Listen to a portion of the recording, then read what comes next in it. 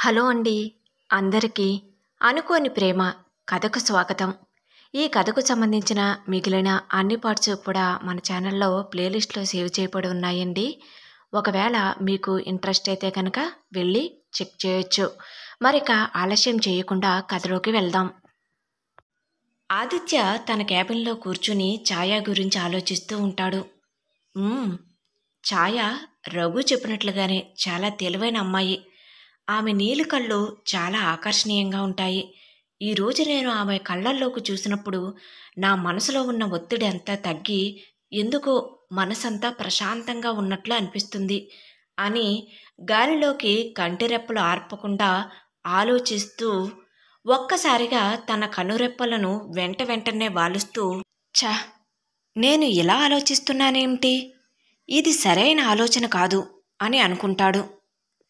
ఆదిత్య ఛాయా దగ్గరకు రావటాన్ని గమనించిన ఉమ మళ్ళీ ఛాయా దగ్గరికి వచ్చి, ఏంటి ఛాయా, ఈసారి సార్ నీ దగ్గరికే వచ్చినట్లు ఉన్నారు ఏంటి? నువ్వు ఆయన దగ్గరకు వెళ్లకుండా ఇంతకీ ఎందుకు వచ్చినట్లు, ఏమంటున్నారు అంటుంది ఉమ. ఏముంది, నా ప్రెజెంటేషన్ బాగుంది అని ఎప్రిషియేట్ చేశారు అంతే.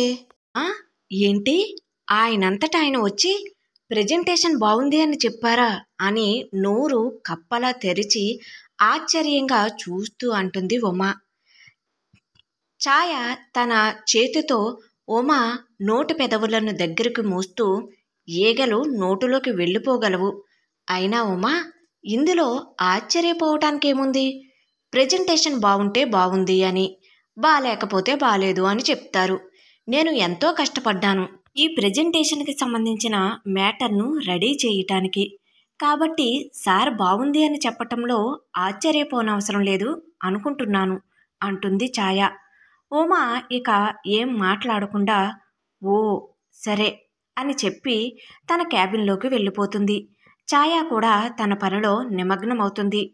రఘు తన స్నేహితుడైనటువంటి ఆదిత్య ఉదయం నుండి డల్లగా ఉన్నాడు. ఇప్పుడు ఏమైనా చేంజ్ అయ్యాడేమో అని ఆదిత్య దగ్గరకు బయలుదేరుతాడు.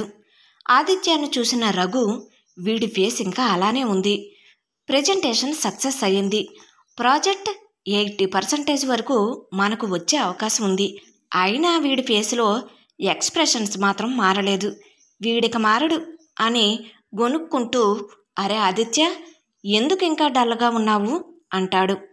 ఏం లేదురా, ఇంట్లో చూస్తే నా పరిస్థితి పెళ్లిగోల, ఇక్కడేమో ప్రాజెక్టు మనకు వస్తుందనే నమ్మకం నాకు అంతంత మాత్రంగానే ఉంది అంటూ మరింత డల్లగా చెబుతాడు. పైగా వర్క్ ప్రెజర్ కూడా ఉంది అంటాడు. ఆ మాటలు వినిన రఘు నవ్వుతూ, అరే ఆదిత్య, నీ నోటి నుండి వర్క్ ప్రెజర్ అనే మాటను నమ్మలేకపోతున్నానురా, ఎందుకంటే ఇంతకన్నా టఫ్ ప్రాజెక్టు గురించి వర్క్ చేసినప్పుడు కూడా నువ్వు ఇంతలా అలసిపోయినట్లు నేను చూడలేదు అంటాడు. ఏమోరా, నాకు కూడా అర్థం కావటం లేదు అని కళ్ళు రెండు చక్రాలలా త్రిప్పుతూ చెబుతాడు. ఇంతలో ఆదిత్య ఫోన్ రింగ్ అవుతుంది. డల్గా ఉండటం వలన కాల్స్ మాట్లాడే ఇష్టం లేక మొబైల్ను మార్నింగే డస్క్లో వేసేస్తాడు. ఫోన్ రింగ్ వినబడిన కాల్ లిఫ్ట్ చేయడు. మరలా ఫోన్ రింగ్ అవుతుంది. అరే, అన్నిసార్లు చేస్తున్నారంటే ఎవరో ఒకసారి చూడవచ్చుగా, లేకపోతే నేను మాట్లాడతాను, మొబైల్ ఇవ్వు అంటాడు రఘు. వెయిట్ అని చెప్పి ఫోన్ తీసుకుని చూసేసరికి క్లయింట్ కాలింగ్ అని వస్తుంది. ఆదిత్య ఆలస్యం చెయ్యకుండా కాల్ లిఫ్ట్ చేసి, హలో చెప్పండి అంటాడు. ఆదిత్య గారు, మీ ప్రాజెక్ట్ చాలా అద్భుతంగా ఉంది, మేము మీతో అగ్రిమెంట్ చేసుకోవడానికి సిద్ధంగా ఉన్నాం అంటాడు ఫోన్లో మాట్లాడుతున్న క్లయింట్. ఆదిత్య తన నుదురు దగ్గర నుండి తన క్రాఫ్ వైపుగా చెయ్యిని పోనిస్తూ ఆశ్చర్యంగా, నిజంగానా, ఇది చాలా గుడ్ న్యూస్ అంటాడు.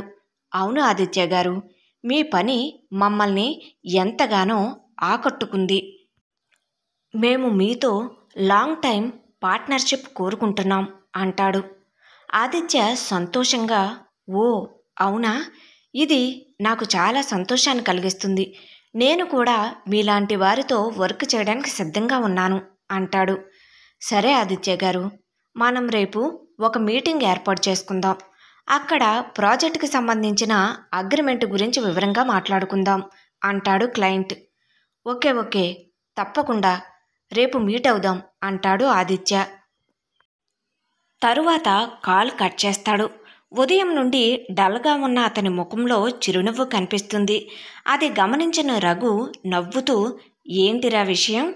మేము మార్చలేని నీ మూడ్ని చేంజ్ చేసిందెవరు అని ఆతృతగా అడుగుతాడు.